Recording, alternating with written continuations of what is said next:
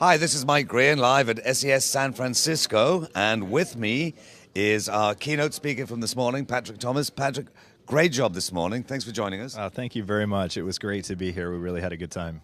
So here's the thing. There are a couple of things that we didn't get time to do because there's so much territory that we could cover here. What's the difference between policy and censorship?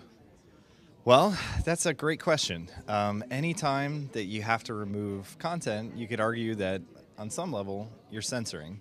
So what we try to do is apply a variety of solutions here.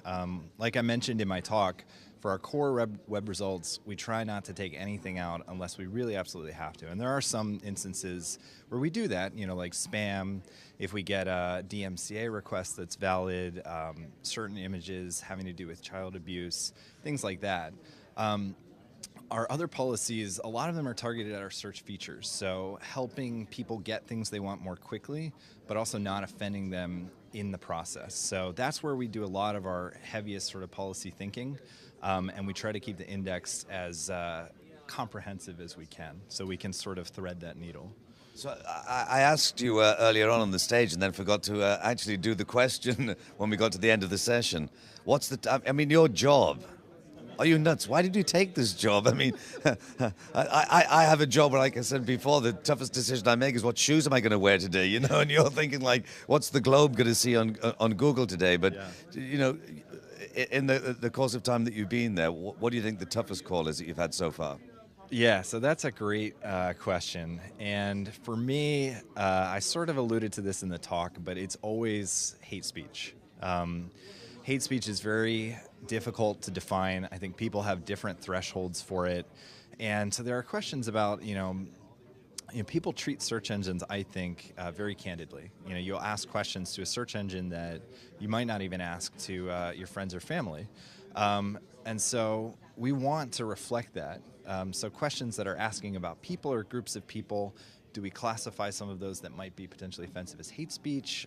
It's hard to sort of discern what people's intent is with that. So I struggle with those types of calls the absolute most, where it's about an individual or a group of individuals and it's something about them that could be potentially construed as offensive. Those give me a lot of headaches.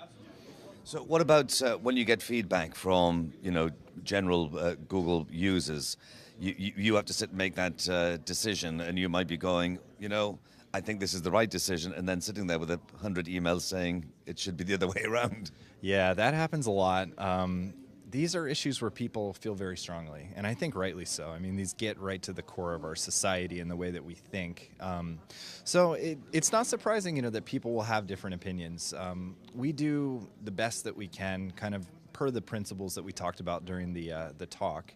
And we have to be comfortable and respect the fact that there will be a diversity of opinions. I can tell you as well, a lot of people within Google even sometimes disagree with these things, and I've gotten more than a few emails in my inbox of people. A bit of hate speech from Google, then. Right. So, and I think that's the great thing about the company is anybody can say, hey, are we sure this is right? Is this what we really want to do? So, you just got to kind of roll with it, I think. And one final thing, because I was kind of fascinated, the way that the conversation was going on stage was great with you and Matt, but I did ask, and I think it's worth asking again, that previously when we would think about Google and search results, it was 10 blue links and it was text pages. Yeah.